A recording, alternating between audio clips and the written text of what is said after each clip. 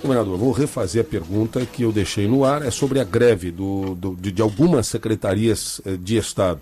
Existe possibilidade de negociação? O senhor está tratando individualmente com cada uma das secretarias? Qual é a possibilidade? Mário, eu fiz um seguinte, no final do ano, eu fiquei uns dias lá na Coxilha Rica pescando e fui pensando todas as coisas que poderiam me complicar neste ano.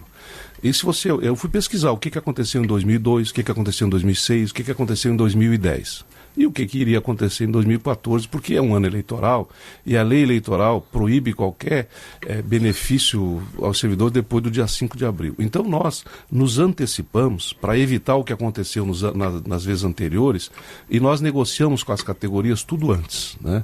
Se você lembrar, Moacir, nessa época, há 4 anos atrás, o governador era o Pava. Uhum. Foram mandadas medidas provisórias, fizeram concessões sem nenhum conceito, sem nenhuma organização. Na época criou uma confusão, foi aumentado o índice dos poderes, que era uma coisa que eles nem pediram, absurdo, que nunca mais se reverteu, e nós levamos tempo para corrigir aquelas coisas que foram feitas, muitas na Assembleia. Eu não estou culpando o Pavan. A Assembleia modificou uma série de medidas provisórias, deu benefícios que não eram pedidos, e nós saímos do limite prudencial. Nossa folha foi para um limite perigoso. Agora que a gente conseguiu reequilibrar isso. Então nós antecipamos tudo. Eu reconheço o direito da mobilização, sempre fui um homem do diálogo, a gente está aberto para conversas, mas, por exemplo, a Assembleia dos Professores, ela fez uma avaliação profunda, e é difícil conseguir isso, mas eles não declararam a greve, né? Embora ficasse em estado de greve, para negociação, isso está sempre aberto. Nós fizemos com a segurança pública, né, com a polícia, fizemos uma programação de tempo e estamos cumprindo, fizemos com a saúde, né?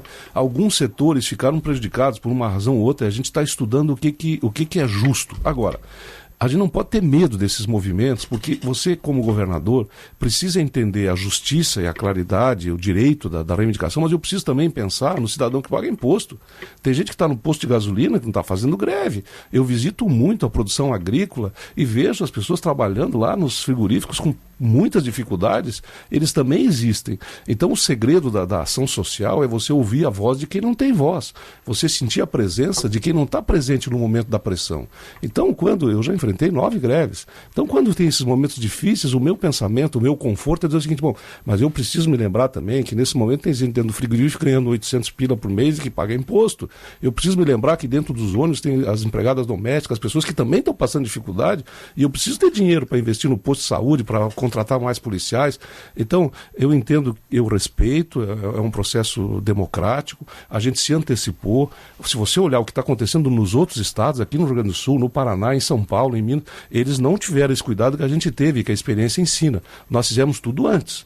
Então, se você olhar aqui, nós temos esse problema dos agentes penitenciários aqui, que nós fizemos toda a negociação, a Justiça considerou o movimento ilegal, está procurando estabelecer uma multa de 100 mil reais por dia, ainda não conseguiu notificar as pessoas, e esses problemas são inerentes ao serviço público. O Brasil é o único país do mundo que dá direito de greve e estabilidade no emprego. E o Congresso Nacional é responsável, que até hoje não regulamentou isso há 25 anos. Fica muito difícil. Então, esse movimento está no Brasil inteiro, é próprio desse momento. 2002 foi igual, 2006 foi igual, 2010 foi igual. Esse ano é muito menor, mas ainda assim causa problemas e desconfortos que a gente precisa agir. O senhor vivenciou o Congresso Nacional como senador.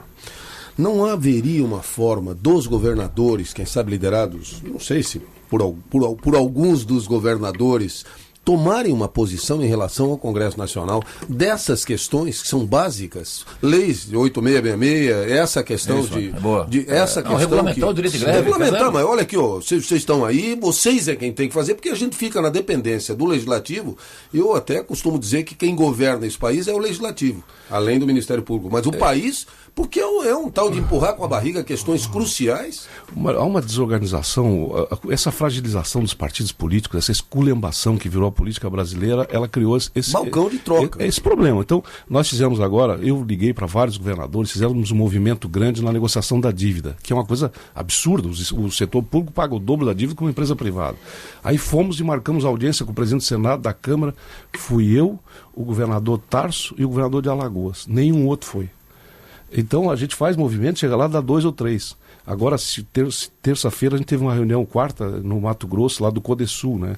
Fui eu, o Beto Richa e o governador do Mato Grosso, do Rio Grande do Sul, mandou um representante, assuntos importantes. Então não há articulação, não há... Como não há uma organização política, cada um cuida de si. E aí não tem mais força para agir nada. E aí você fica na dependência do governo federal, que é quem tem influência. No caso do funcionalismo, ainda voltando à pergunta do Mário, eu acho que houve um erro de origem, governador, já no governo Luiz Henrique, foi o seguinte: dar reajuste setorialmente para esta ou aquela categoria. Porque o que acontece? Que depois da primeira categoria começa o efeito comparativo. Então hoje o senhor vai dar para o agente penitenciário e vai passar para um patamar. Aí o funcionário da Fátima acha que está mal, vai pedir também a reivindicação. E nunca ter solução. O senhor não acha que esse é o problema? Com certeza. Dar um aumento linear para todo mundo?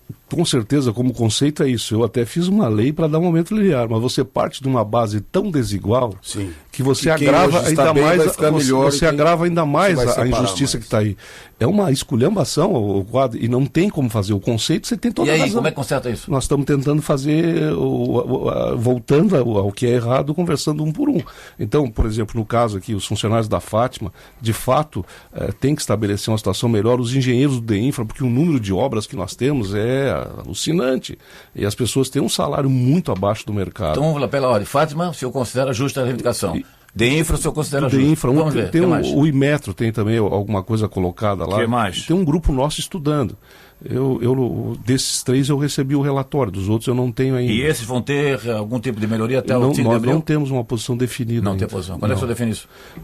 A gente está conversando com a nossa equipe lá. Tem que ser meio na última hora, né?